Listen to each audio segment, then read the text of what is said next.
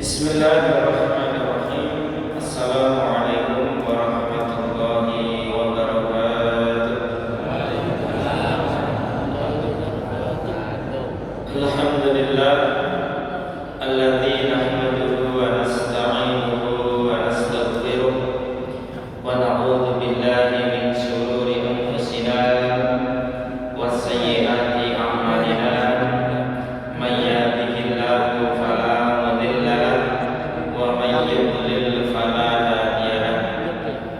أشهد أن لا إله إلا الله وحده لا شريك له وأشهد أن محمدا عبده ورسوله لا نبي ولا رسول بعده.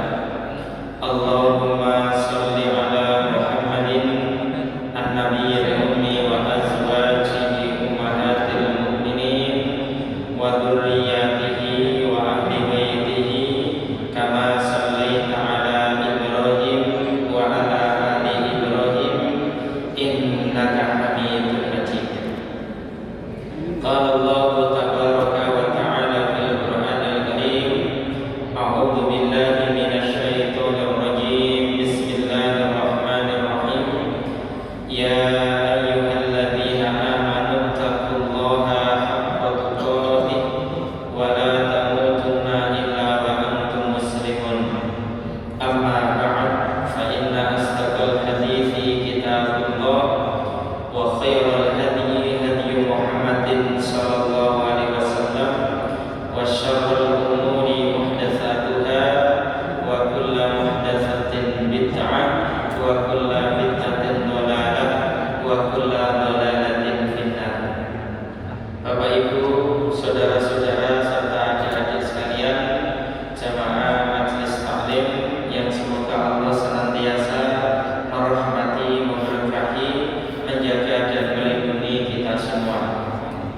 Sungguh kita bersyukur kepada Allah yang telah memberikan kepada kita nikmat iman, nikmat Islam, nikmat sehat, juga nikmat sempat, yang dengan nikmat-nikmat itu kita dimudahkan oleh Allah bisa menunaikan salat maghrib di awal waktu dalam keadaan berjamaah di masjid, yang kita lanjutkan dengan zikir pada salat, yang kita lanjutkan dengan salat sunnah ba'diyah, yang kita lanjutkan dengan thalabul ilmi wa tafaqquh fiddin, seraya menunggu datangnya pelaksanaan salat isya.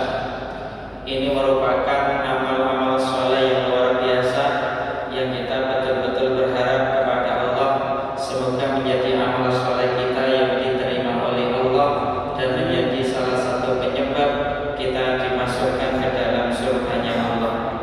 Karena sesungguhnya rahmat Allah itu dekat kepada orang-orang yang berbuat ihsan. Inna rahmatallahi qariibun minal muhsinin. Sedangkan di dalam Islam derajat ihsan merupakan derajat yang paling tinggi. Jika kita menyebut Islam adalah amalan-amalan lahiriah, iman adalah amalan-amalan batiniah, maka sesungguhnya ihsan itu adalah yang menghimpun seluruh amalan-amalan lahir, juga menghimpun seluruh amalan-amalan batin. Sehingga ihsan merupakan derajat Islam dan iman yang paling tinggi. Salawat serta salam semoga tercurah kepada Rasulullah sallallahu alaihi wasallam yang telah mensyariatkan umatnya kalau di hari Jumat tadi yakni memperbanyak membaca sholawat untuk beliau, sebagaimana sabdanya, aktsirus sholata alayya yaumal jum'ah wa lailatal jum'ah faman shalla alayya sholatan sallallahu alaihi asyara. Akhrajahul Baihaqi bi isnadin hasan. Aktsirus sholata alayya, perbanyaklah membaca sholawat untukku, yaumal jum'ah wa lailatal jum'ah, di hari Jumat dan malam Jumat. Faman shalla alayya sholatan sallallahu alaihi asyara, maka barang siapa yang membaca sholawat untukku sekali, maka Allah bersolawat untuknya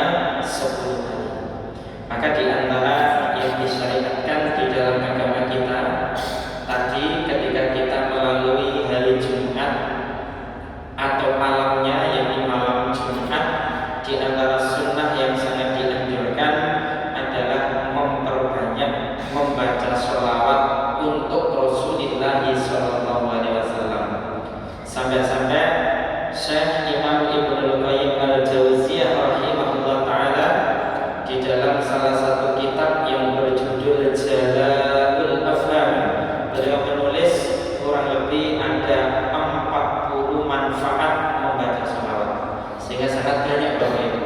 Memperbanyak membaca sholawat itu faidah dan manfaatnya itu sangat berlapis-lapis dan berlipat ganda. Sehingga kita disunahkan membaca sholawat di saat kita berangkat dari rumah kita menuju ke masjid. Kita juga disunahkan membaca sholawat sebelum kita berdoa kepada Allah Subhanahu wa taala. Kita juga disunahkan membaca sholawat khususnya kalau di hari Jumat dan malam Jumat, perbanyak membaca sholawat.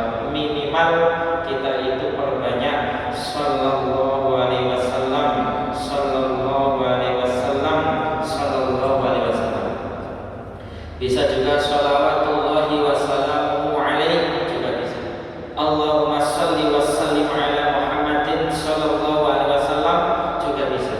Atau bacaan sholawat yang kita baca dalam sholat wajib maupun sholat sunnah, jika kita menginginkan bacaan sholawat kita menjadi bacaan sholawat yang sempurna. Bapak Ibu yang dirahmati Allah, selanjutnya sengaja pada malam hari ini kita belum melanjutkan kajian kitab, yakni Kitabul Iman yang ditulis oleh Syekh Abdul Majid Az-Zindani, karena kita masih berada di bulan Dzulhijjah. Di bulan Dzulhijjah sebagai salah satu bulan yang dimuliakan oleh Allah karena dia merupakan salah satu dari bulan-bulan haram. Setelah kita mengkaji tentang keutamaan dan fadilah atau keistimewaan bulan Dzulhijjah dan amal soleh yang disyariatkan di dalamnya, kurang lengkap rasanya membicarakan keutamaan Dzulhijjah dan keistimewaan Dzulhijjah tanpa kemudian kita mengkaji di antara figur sentral yang ada di bulan Dzulhijjah, yakni Nabi Ibrahim alaihissalam. Sehingga membicarakan keutamaan Dzulhijjah tanpa kemudian membahas tentang keutamaan Nabi Ibrahim yang selanjutnya mudah-mudahan kita dimudahkan oleh Allah untuk menteladani Nabi Ibrahim, itu ibarat makan soto yang tanpa kuah ya. Makan soto tanpa kuah nggak begitu enak ya Pak. Jadi ketoprak ya. Makan soto mesti ada kuahnya sehingga lebih nyaman, lebih sempurna di dalam menikmati soto ya.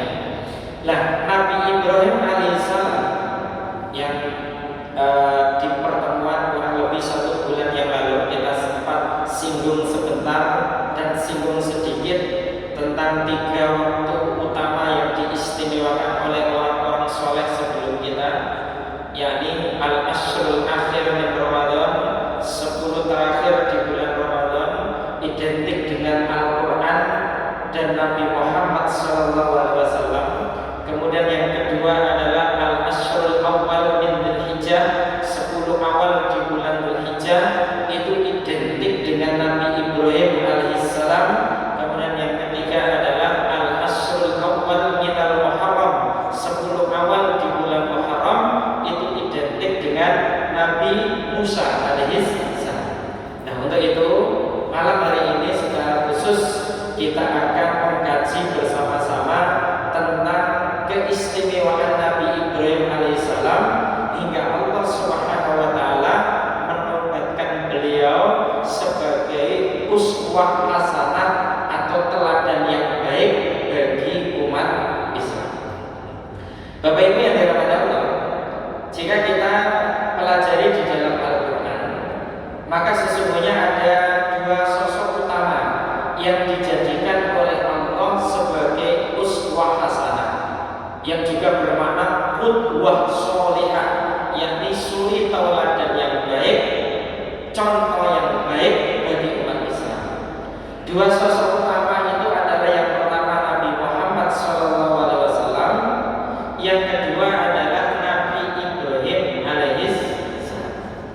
Jika Nabi Muhammad SAW dalilnya ada pada Quran surat Al-Ahzab ayat 21.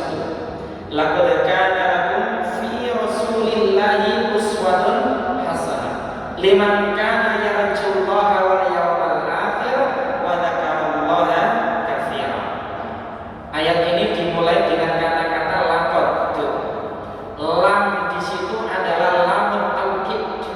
Qad juga harf taukid yang mengandung makna sungguh-sungguh, ya. Sungguh-sungguh benar-benar ada suri tauladan yang baik bagi engkau wahai umat Islam pada diri Rasulullah sallallahu alaihi wasallam. Liman kana yarjullah, bagi siapa saja yang berharap kepada Allah, berharap ridhonya Allah, berharap rahmatnya Allah, berharap surganya Allah, wal yawmal akhir, dan hari akhir, wa dzakarallaha katsiran, dan ia mengingat Allah dengan ingatan yang banyak. Nabi Muhammad ini uswah hasanah yang sangat sempurna. Ini Nabi Muhammad.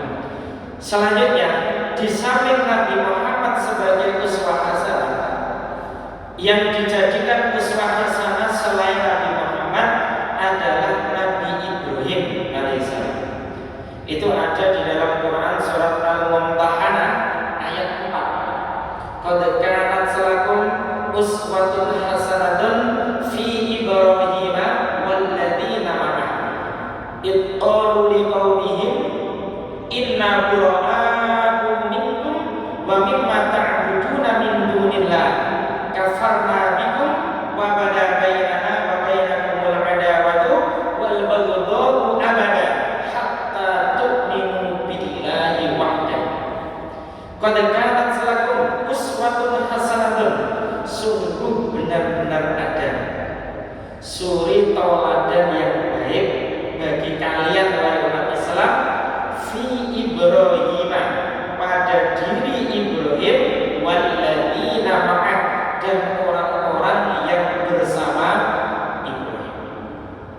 Idh qalu liqaumihim, ketika mereka itu berkata kepada kaumnya, inna bura'a'u minkum wa mimma ta'buduna min dunillah, sesungguhnya kami benar-benar berlepas diri dari kalian dan berlepas diri dari segala apapun yang kalian sembah selain Allah. Kafarna bikum, kami mengkufuri kalian. Wa bada bainana wa bainakumul adawatu wal baghdha'u abada, dan telah nyata antara kami dan antara kalian, yakni al-adawah permusuhan, wal baghdha kebencian, hatta tu'minu billahi wahdah, hingga kalian itu beriman kepada Allah satu-satu. Nah, di ayat ini juga sangat jelas Nabi Ibrahim itu suri tauladan yang baik bagi umat Islam. Untuk itu Bapak Ibu, kita perlu mengetahui apa keutamaan Nabi Ibrahim hingga Allah Subhanahu wa taala menjadikan Nabi Ibrahim itu sebagai uswah hasanah wa qudwah sholihah bagi kita. Keutamaan dan keistimewaan Ibrahim di antaranya bisa kita lihat julukan-julukan yang baik, gelar-gelar yang baik yang disematkan pada Nabi Ibrahim alaihissalam. Di antaranya adalah yang pertama, Nabi Ibrahim itu dijuluki dengan Ibrahim al-Khalil, disebut juga Ibrahim Khalilullah, Ibrahim kekasih Allah. Bisa kita lihat dalam Quran surat An-Nisa ayat 125.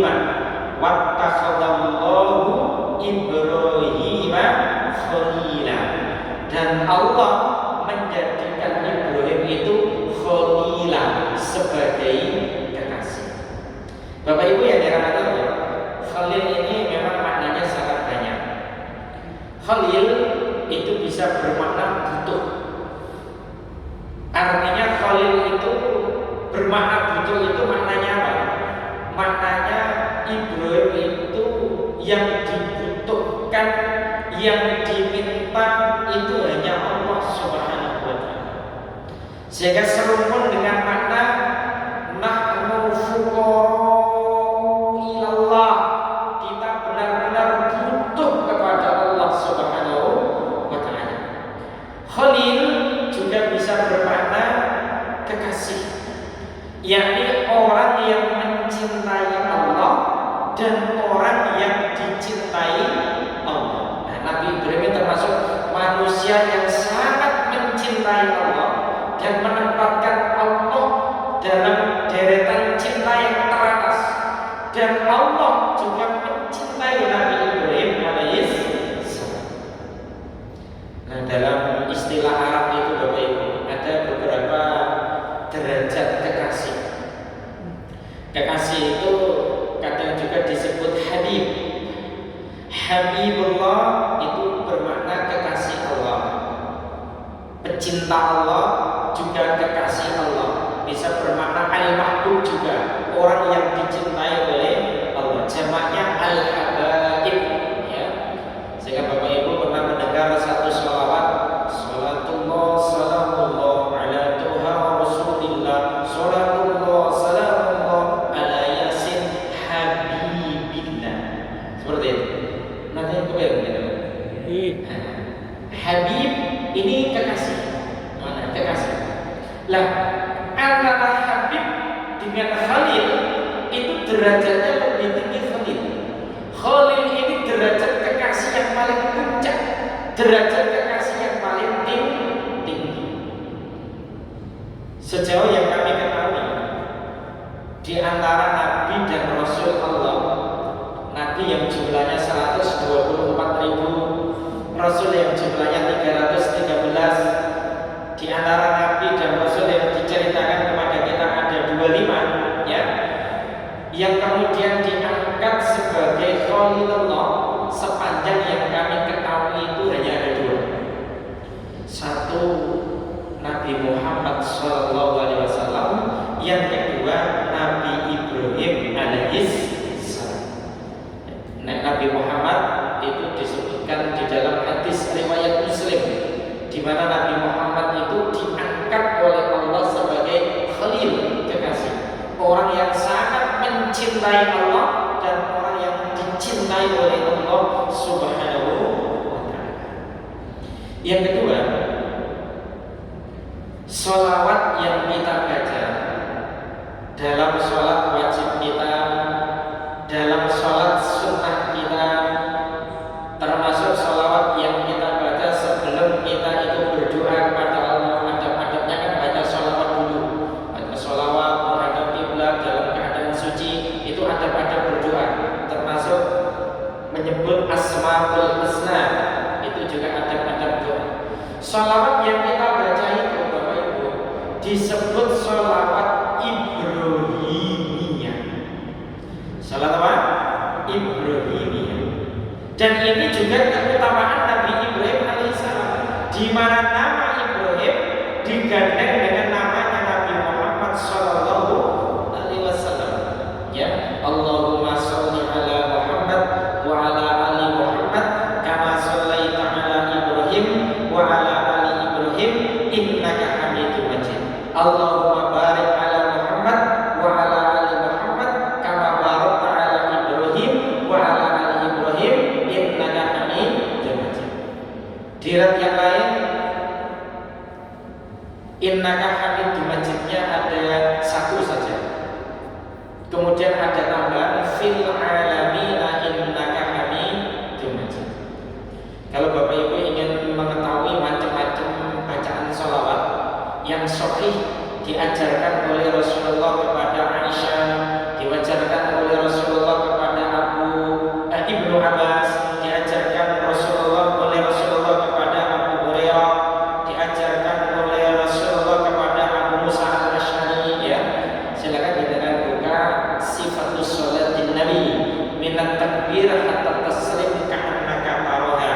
Sifat sholat Nabi dari takbir sampai salam seakan-akan engkau melihatnya.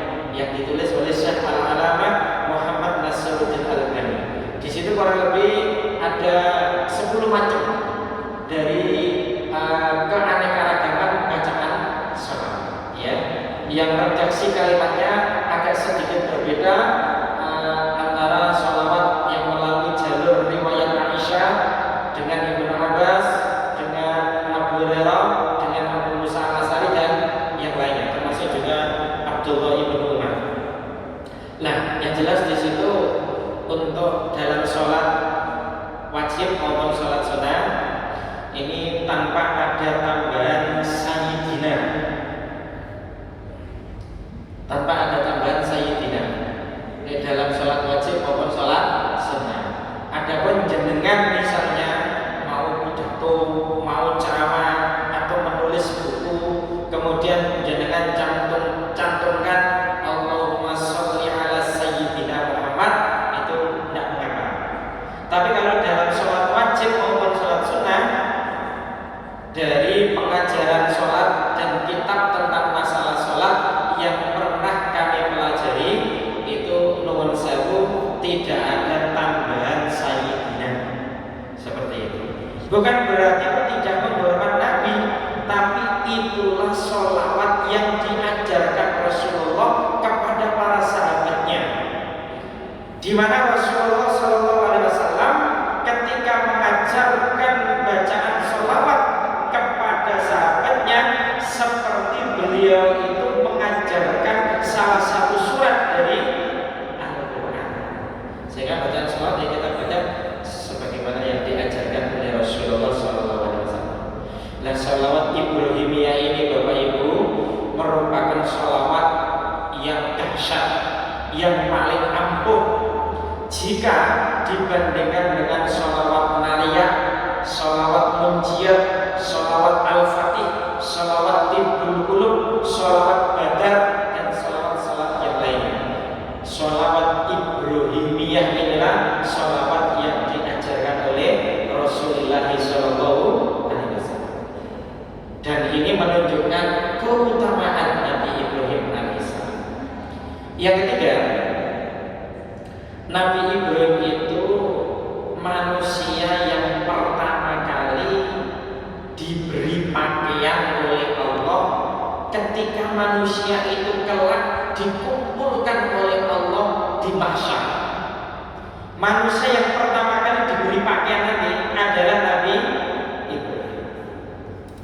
Saat kumpul di mahsyar, di awal-awal kumpul di mahsyar, sebagaimana hadis Nabi riwayat Imam Muslim, manusia itu dikumpulkan di mahsyar itu dalam keadaan tidak beralas kaki, dalam keadaan telanjang dan belum berkhitan. Yuhsyarun nasu yaumal qiyamati hufatan uratan ghurlan. Manusia digiring ke mahsyar, dikumpulkan ke mahsyar itu dalam keadaan hufatan, tidak beralas kaki. Bagaimana bersepatu, sandalan benar, ya, nyeker. Bahasa Inggrisnya itu nyeker, ya, tidak beralas kaki, ya, uratan, tidak berpakaian, ghurlan, dan belum berkhitan. Dalam kondisi seperti itu, semuanya, ya, semuanya. Jadi setelah dunia ini hancur, seluruh makhluk Allah ini mati semua, jarak 40 berikutnya itu kemudian ada tiupan lagi yang namanya nafkhatul ba'tsi wan nusyur, tiupan kebangkitan dan tiupan pengumpulan manusia, di mana nanti kemudian manusia itu akan hidup lagi, kemudian akhirnya digiring kepada mahsyar, berjalan ke mahsyar. Sebagian ulama menyebut pada mahsyar itu di Syam, bila Syam, bila di mahsyar. Negeri Syam itu adalah padang mahsyar.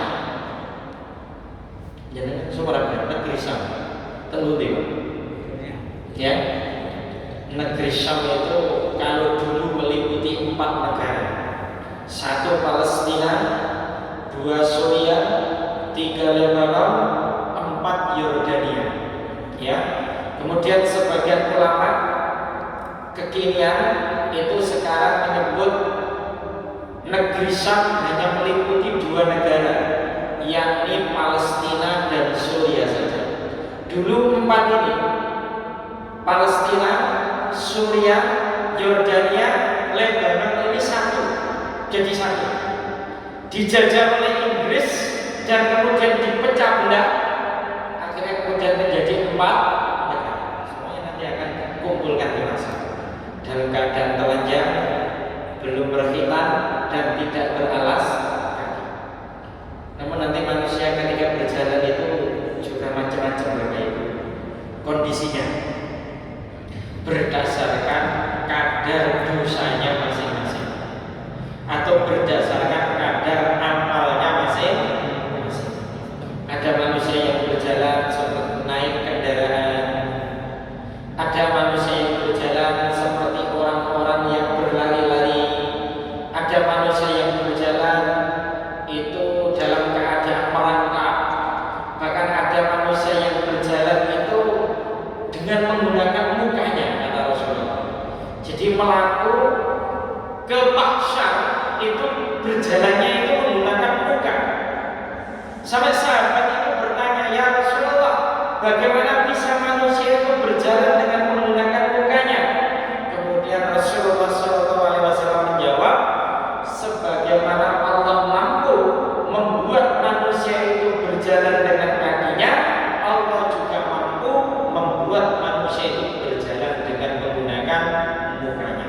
Alhamdulillah tadi melaku muadoi kono pakai wajah atau pakai rai itu kayak bundes kabeh. Alhamdulillah itu berdasarkan kadar amalnya masing-masing. Lah, meskipun manusia itu dikumpulkan di mahsyar itu dalam keadaan telanjang, namun nanti pada saatnya, pada waktu yang dikehendaki oleh Allah, manusia nanti itu kemudian diberi pakaian. Siapa manusia yang pertama kali diberi pakaian? Ternyata dalam hadis yang sahih, manusia yang pertama kali diberi pakaian oleh Allah di mahsyar itu adalah Nabi Ibrahim alaihissalam. Sehingga ini menunjukkan keutamaan Nabi Ibrahim. Nah, selanjutnya pakaian apa yang kita pakai saat kita kumpul di mahsyar? Itu di yang lain itu dijelaskan, pakaian yang kita pakai saat kita kumpul di mahsyar adalah pakaian yang kita pakai menjelang kita mati pas. Itu yang kita pakai. Sehingga dulu ada seorang sahabat yang kemudian menunggu ibunya yang sakit. Ia berfirasat ibunya itu dekat ajalnya, maka nampaknya sahabat ini teringat bahwasanya kelak pakaian yang dipakai saat kumpul di mahsyar adalah pakaian menjelang mati, ya. Maka kemudian sahabat ini mengganti pakaiannya ibunya yang layak, ya, sehingga ketika nanti kumpul di mahsyar itu dengan menggunakan pakaian yang layak tersebut. Dan ini juga yang menjadi rahasianya Bapak Ibu. Kenapa orang-orang yang haji, orang-orang yang umrah, ya, saat mereka mati dalam kondisi ihram, dalam tuntunan syariat kita, orang yang haji atau umrah mati dalam kondisi ihram itu, pakai pakaian ihram itu kan aslinya tidak wajib dimandikan, tidak wajib dikafani, tidak wajib disolati, langsung dikuburkan. Kalau toh misalnya dimandikan itu hukumnya sunnah saja, tidak wajib. Kalau toh misalnya dikafani itu hukumnya sunnah saja, tidak wajib. Kalau toh misalnya disolati juga, itu juga hukumnya sunnah saja, tidak wajib. Padahal hukum awal adalah apa? Wajib, yang disebut dengan fardu kifayah. Namun mereka yang mati dalam kondisi ihram saat safar haji atau umrah itu tidak wajib dimandikan, tidak wajib dikafani, tidak wajib disolatkan, mereka langsung dikuburkan dengan pakaian ihramnya. Kenapa? Karena kelak ketika mereka itu dibangkitkan oleh Allah di mahsyar,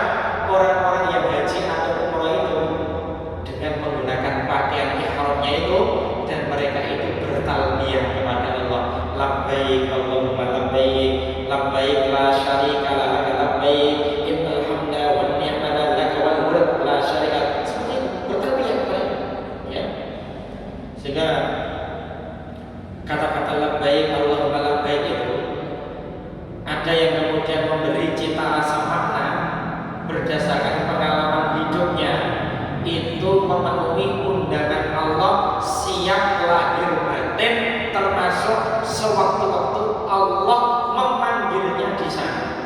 Seperti itu. Kami penuhi panggilanmu ya Allah.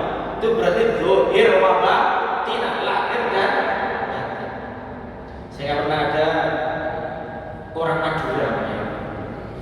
Saat tawaf ya, dia itu terjatuh. Akhirnya kemudian diinjak-injak oleh orang-orang tawaf yang lainnya. Ketika diinjak-injak dia tambah alhamdulillah, alhamdulillah, alhamdulillah, alhamdulillah, ya. Karena dia ingin mati saat itu, ya.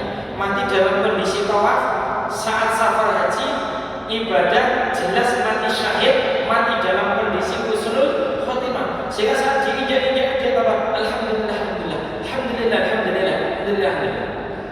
Saat yang menginjak-injak itu pergi, ya, dia itu kemudian bangun. Kok ciurin bangun? Dikira dia sudah mati, ya, dikira dia itu sudah mati. Nah, ini yang menunjukkan seperti ini. Labbaik Allahumma labbaik itu memenuhi panggilan Allah.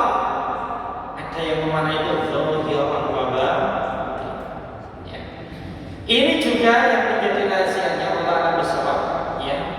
Orang-orang yang mati syahid berperang di jalan Allah, membela agama Allah, ya, membela marwah Rasulullah, membela Al-Quran, ya, itu kan tidak wajib dimandikan, tidak wajib dikafani, tidak wajib disolati, langsung dikuburkan dengan pakaiannya itu. Kenapa? Karena orang-orang yang mati syahid itu kelak akan dibangkitkan Allah saat dikumpulkan di mahsyar itu dengan pakaiannya jihad yang ia pakai itu lengkap dengan bekas-bekas luka, berdiri gagah Pak, ya, berdiri gagah ya di hadapan manusia yang lain karena amalan jihad. Ini loh keistimewaannya jihad, keistimewaannya mati syahid. Si awal mati saja ya, sejak darah menetes ke bumi itu seluruh dosanya sudah dijamin diampuni oleh Allah Subhanahu wa taala. Rohnya langsung disambut 72 bidadari. Kadek wahyu kabeh. Sehingga menjadikan biasanya orang-orang mati syahid itu Bapak Ibu ya, itu rata-rata senyum. Nah, ada orang mati syahid yang ikhlas jihadnya itu ya, kemudian merengut medeni enggak ada. Ya. Bisa jangan cek itu para mujahid-mujahid Taliban, Al-Qaeda, Hamas yang ada di Palestina sana ya, mujahid-mujahid yang membela Islam, yang niatnya ikhlas karena Allah itu, masya Allah, senyum ya. Bahkan ada yang matanya terbuka, ya, kira-kira karena memang ruhnya disambut oleh 72 bidadari. Kembali ke poin tadi, bahwasanya manusia yang pertama kali diberi pakaian saat di mahsyar adalah Nabi Ibrahim alaihissalam. Keistimewaan yang keempat,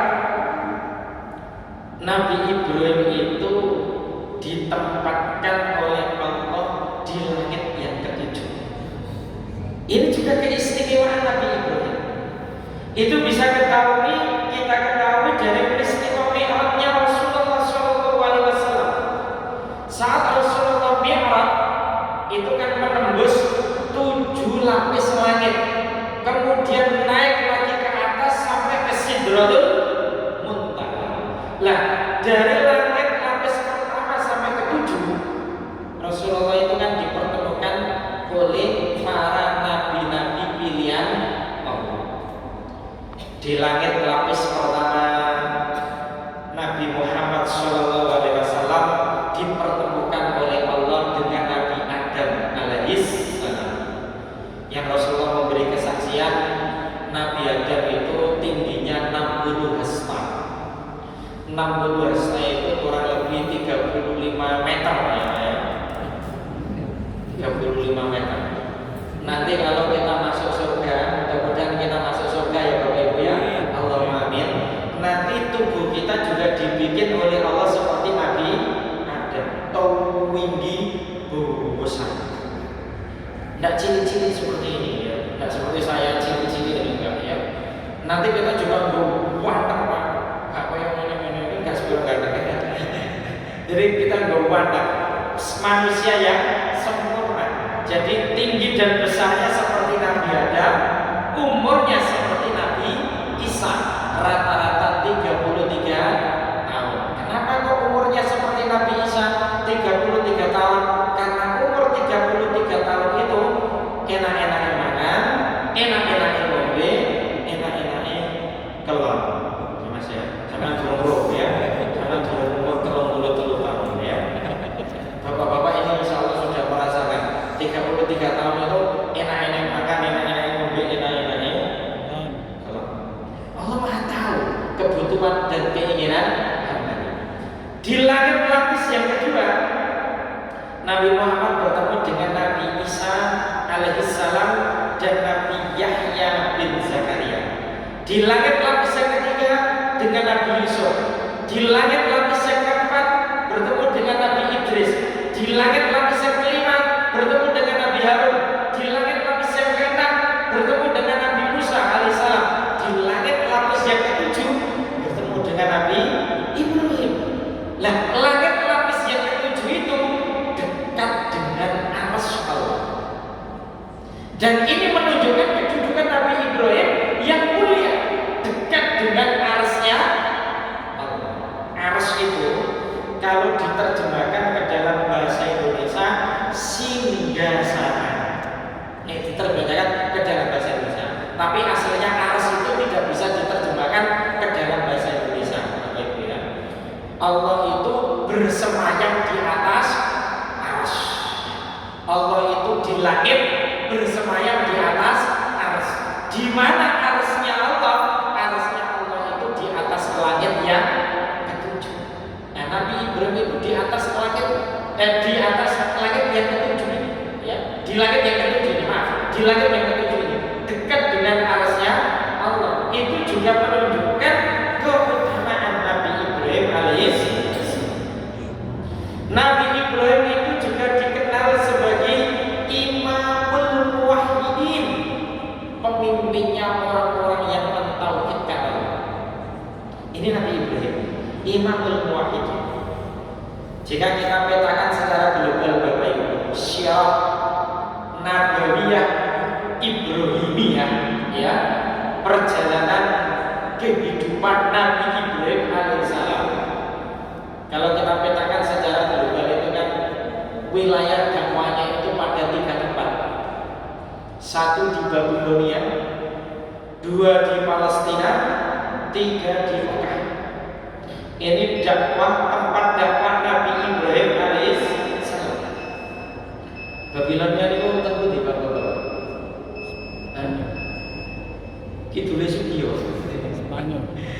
Babilonia itu di Irak, ya. Babilonia itu di Irak, ya. Yang saat berdakwah di Babilonia ini, Nabi Ibrahim tidak hanya menjadi orang yang mentauhidkan Allah, namun beliau itu mendakwakan tauhid dan menegakkan tauhid di tengah-tengah masyarakat jahiliyah yang menyembah patung-patung ketika itu. Bahkan yang dihadapi Nabi Ibrahim itu adalah seorang raja yang brutal, yang ganas, yang zalim, yang sangat zalim juga kepada rakyatnya, karena memerintahkan rakyatnya untuk menyembah kepada berhala atau kepada patung. Saat Nabi Ibrahim berdakwah berpuluh-puluh tahun di Babilonia itu tak satu pun manusia yang beriman kepada Nabi Ibrahim. Hanya satu saja, yakni istrinya sendiri. Istrinya sendiri. Sehingga Nabi Ibrahim itu menghadapi tantangan dakwah yang luar biasa, ya, tantangan dakwah yang luar biasa, yang pada puncaknya kemudian Nabi Ibrahim menghancurkan seluruh patung-patung yang disembah, menyisakan satu patung yang paling besar, kemudian kapak yang digunakan untuk menghancurkan patung-patung itu dikalungkan pada patung yang paling besar tersebut. Akhirnya kemudian diderek, ya. Nah kita bahasakan sungguh kurang ajar, ngerusak Tuhan ini, ya. Siapa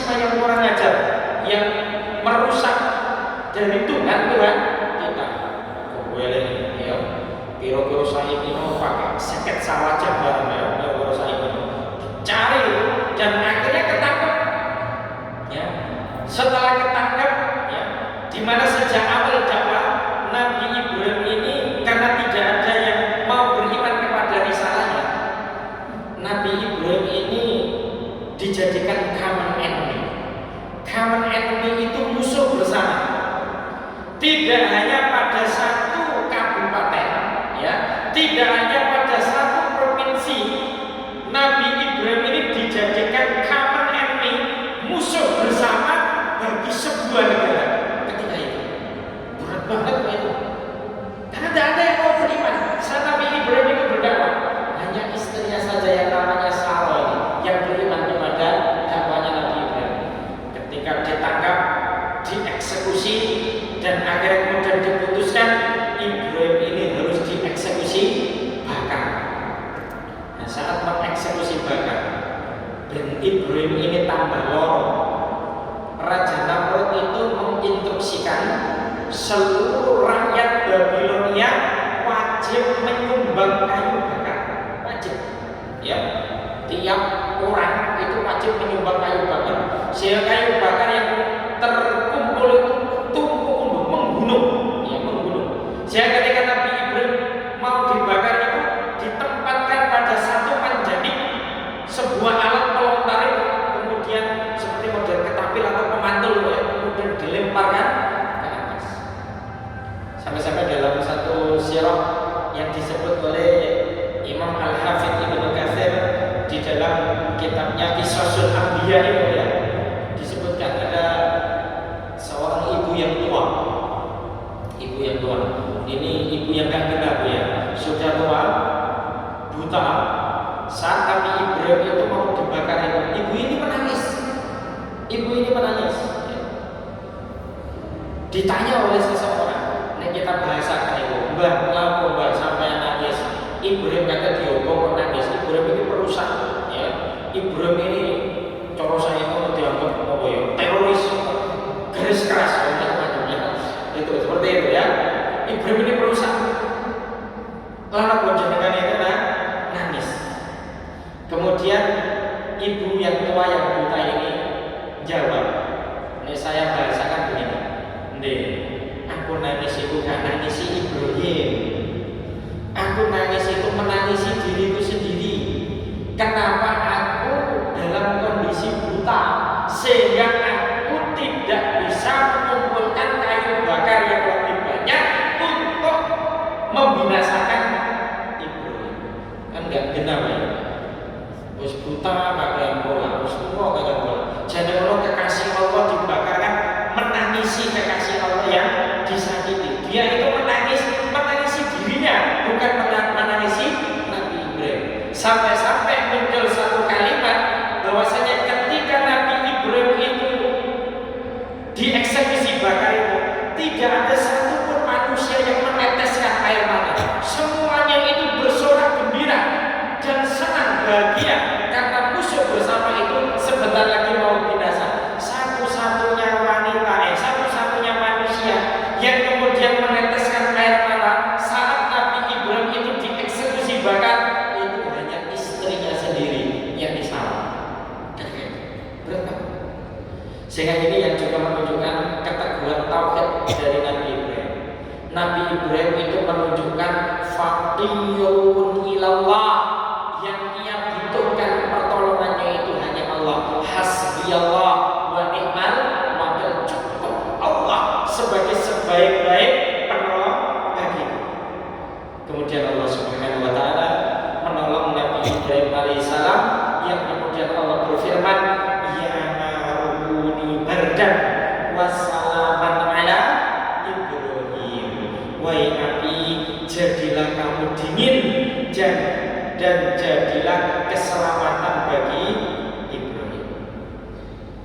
Uswah apa yang bisa kita ambil melalui kisah Ibrahim itu?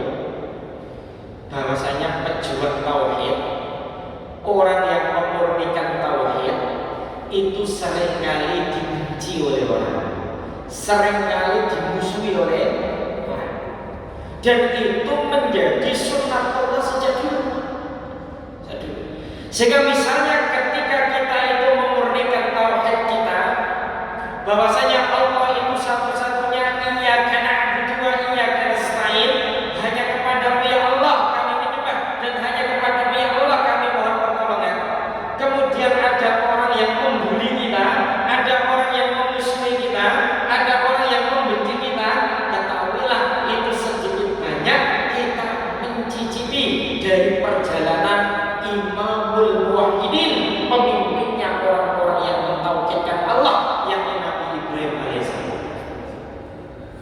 Berbeda ketika kita itu dibenci oleh orang karena ucapan kita yang buruk, karena akhlak kita yang buruk. Ono wong weting kita itu mergane ucapan kita sering ngelarang hati, mergane perbuatan kita yang sering melukai perasaan orang lain, kita mesti koreksi Bapak Ibu. Diri kita harus kita perbaiki akhlak kita. Berarti kita itu yang salah. Sampai misalnya ngomong, pokoknya orang itu wong siji ku teko wis bener-bener gue apa lagi wong iki. Mergane ucapannya sering melukai, mergane dia itu sering nyelatu, ya mergane akhlaknya yang buruk, kita mesti koreksi. Kalau akhlak kita itu buruk, kemudian orang itu benci kepada kita. Tapi kalau orang benci kepada kita karena kita itu memurnikan tauhid, nah kita harus semakin teguh dan istiqomah di dalam pemurnian tauhid. Jangan kemudian tambah tolong aku tak sirik-sirik didik, jangan ya, jangan. Itu memang konsekuensi mentauhidkan. Contoh yang paling gampang itu Nabi Muhammad SAW. Nabi Muhammad yang dikenal Al-Amin, manusia yang sangat bisa dipercaya, manusia yang jujur, tidak pernah berdusta. Sebelum Nabi Muhammad dakwah tauhid, itu orang-orang masyarakat jahiliyah ketika itu semuanya menyayangi Muhammad, percaya Muhammad dan mencintai Muhammad Shallallahu Alaihi Wasallam. Bahkan banyak di antara mereka yang menitipkan barang-barang berharga kepada Muhammad. Tidak ada yang membenci Muhammad Shallallahu Alaihi Wasallam, tidak ada yang memberi gelar yang buruk kepada Muhammad sebelum Nabi Muhammad itu berdakwah tauhid. Namun ketika Nabi Muhammad itu berdakwah tauhid, ani abdullah wajtanibut taghut, maka kita jumpai dalam sirah nabawiyah itu Nabi Muhammad itu dijuluki syair, tukang sihir, syair, ahli syair, bahkan majnun, orang yang gila. Nah, coba kurang apa Nabi Muhammad? Nah, seperti itu. Poin yang terakhir, bagian tadi waktu ini. Nah, poin yang terakhir, Nabi Ibrahim itu dikenal sebagai Abul Anbiya wal Mursalin, bapaknya seluruh para nabi dan para rasul. Kenapa? Karena banyak dari keturunan Nabi Ibrahim yang dipilih oleh Allah menjadi nabi dan rasul. Bahkan ahli sejarah mencatat keturunan Nabi Ibrahim yang dipilih oleh Allah menjadi nabi dan rasul, kalau di jumlah total dari jalur Ismail maupun dari jalur Ishak itu jumlahnya ada 18. Nah, dan ini prestasi yang luar biasa. Uswah hasanah apa yang bisa kita ambil Bapak Ibu? Ini langsung maupun tidak mengingatkan kepada kita dados tiyang sepah terhadap kewajiban terhadap anak, yakni mengantarkan anak-anak kita menjadi yang soleh dan solehah. Karena di antara doa Nabi Ibrahim apa? Rabbi habli minas sholihin, ya Allah berikanlah kepadaku anak-anak keturunan yang soleh, keturunan soleh. Sehingga kalau kita ambil uswah hasanah dari Nabi Ibrahim ini Bapak Ibu, Nabi Ibrahim ini, melalui Nabi Ibrahim ini kita diingatkan oleh Allah kewajiban pertama dan utama jadi orang tua terhadap anak-anaknya, yakni mengantarkan anak-anak kita menjadi anak-anak yang soleh dan solehah. Ini pertama dan utama, ya. Adapun anak kita itu menjadi apa, itu hanya nilai plus saja. Misalnya ya, anak kita itu menjadi ustadz atau kiai, berarti soleh plus ustadz, soleh plus kiai. Gitu. Sehingga ustadz dan kiai itu hanya nilai plus saja, nilai tambah. Soalnya ustadz utawa kiai sing gak soleh iku bingung ngomong akeh. Ngono lho ya. Bingung ngomong akeh. Nek gak soleh. Anak kita itu taruhlah menjadi apa? PNS, menjadi guru, menjadi bupati, menjadi menteri, menjadi anggota dewan.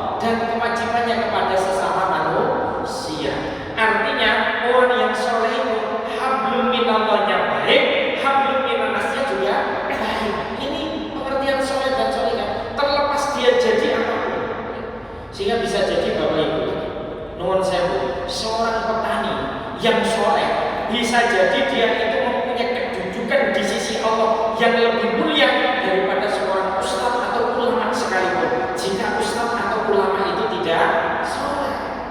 Ini soleh ini kunci.